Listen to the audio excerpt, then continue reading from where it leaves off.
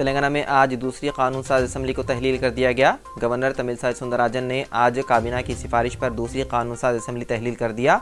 दूसरी जानिब तेलंगाना में नए कानून साज असम्बली की तश्कील के लिए गैजेट नोटिफिकेशन भी जारी कर दिया गया। चीफ इलेक्टोरल ऑफिसर विकास राज और chief secretary central election commission Avinash Kumar की क़ियादत में एक टीम ने यह गैजेट गवर्नर तमिलसाई सुंदरराजन के हवाले किया। इस मौके पर CEO ने गवर्नर को इलेक्शन जीतने वाले MLAs की फहरिस्त भी फराहम की।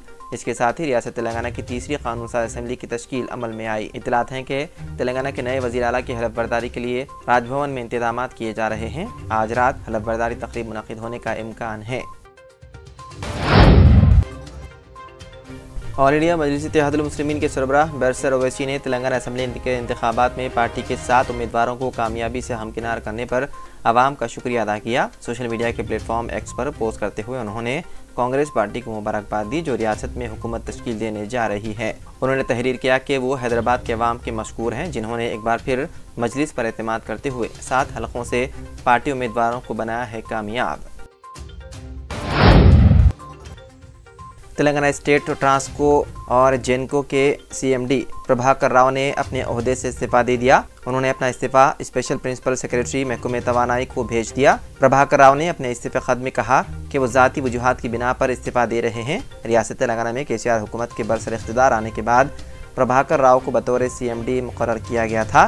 काबिल ज़िक्र है कि उन्होंने गुज़िश्ता रोज़ सामने आने वाले इंतखाबी नताइज में BRS पार्टी की शिकस्त के बाद अपना इस्तीफ़ा देने का फैसला किया।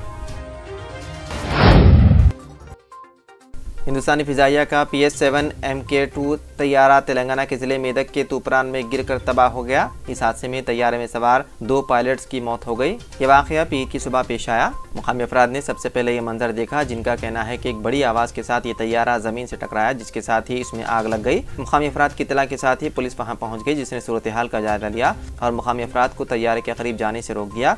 पुलिस ने हिंदुस्तानी फ़िज़ाइया के अहदेदारों को इस वाक़े की इत्तला दी। इस तैयारे ने हैदराबाद के दोंडिगल एयरफोर्स स्टेशन से उड़ान भरी थी। मुक़ामी अफराद ने कहा कि इस वाक़े में तैयारा भी जलकर मुकम्मल तौर पर खाकिस्तर हो गया।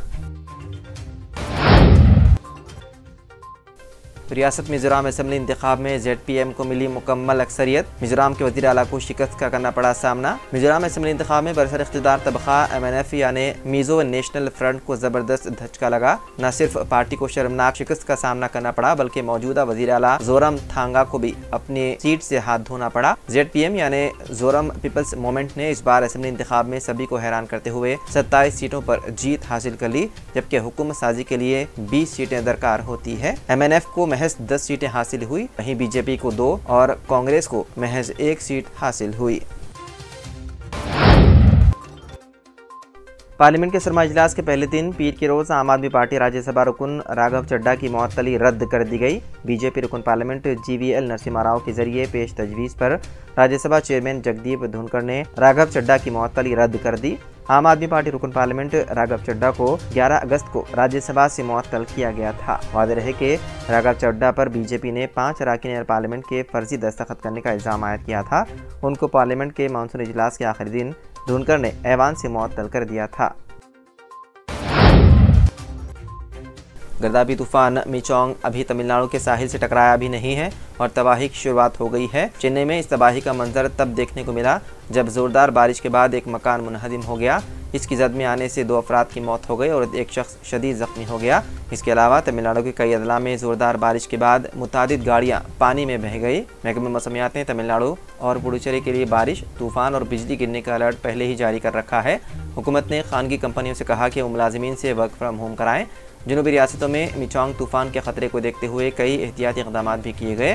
पुडुचेरी और आंध्र प्रदेश के साहिली अजला में स्कूलों को बंद रखने का हुक्म दिया गया। इसके अलावा चेन्नई में भी 2 दिन की तातील दी गई।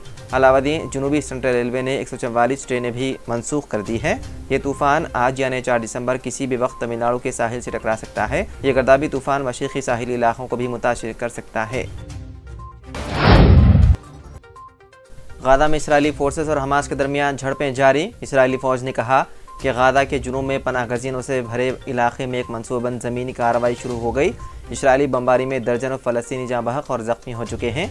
गाजा में हमास हुकूमत की वजारत सेहत ने गुज़िश्ता रोज़ ऐलान किया है कि 7 अक्टूबर से लेकर अब तक इसराइली बमबारी से 15,000 से ज़्यादा फ़लस्तीनी शहरी शहीद हो गए। वजारत के मुताबिक गाजा के उन शहरियों में 70% तादाद ख़वातीन और बच्चों की है। इसराइल के हमास पर होने वाले ताज़ा हमलों के नतीजे में 316 जाँ बहक और 664 ज़ख्मी फ़लस्तीनियों को मलबे से निकाला गया, जबकि बहुत सारे लोग ज़ख्मी हालत में मलबे के नीचे दबे हुए हैं।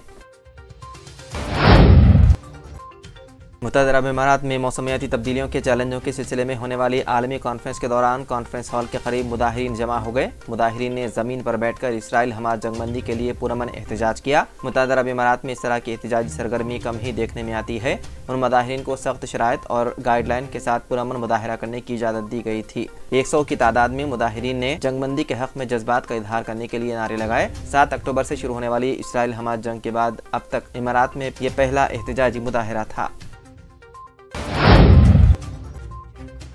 इंडोनेशिया में आतिशफिशां फट गया, 11 अफराद लावे की जद में आकर हलाक, जबकि 12 अफराद लापता। इंडोनेशिया के पहाड़ मारापी का आतिशफिशां फटने से निकलने वाले लावे ने हर शय को तहस नहस करके राख कर दिया, जिसके नतीजे में 11 अफराद हलाक और 12 लापता हो गए। रिपोर्ट के मुताबिक इंडोनेशिया के मगरबी सूबे समाट्रा में वाक़े 2891 मीटर लंबाई आतिशफिशां फट गया, जिससे लावा 3 किलोमीटर तक फैल गया। लावे के ठंडे होने के बाद किए जाने वाले इमदादी कामों के दौरान 3 कोहे पैमाओं को बुरी तरह झुलसी हुई हालत में बचा लिया गया, जबकि 49 कोहे पैमा मामूली जख्मी थे।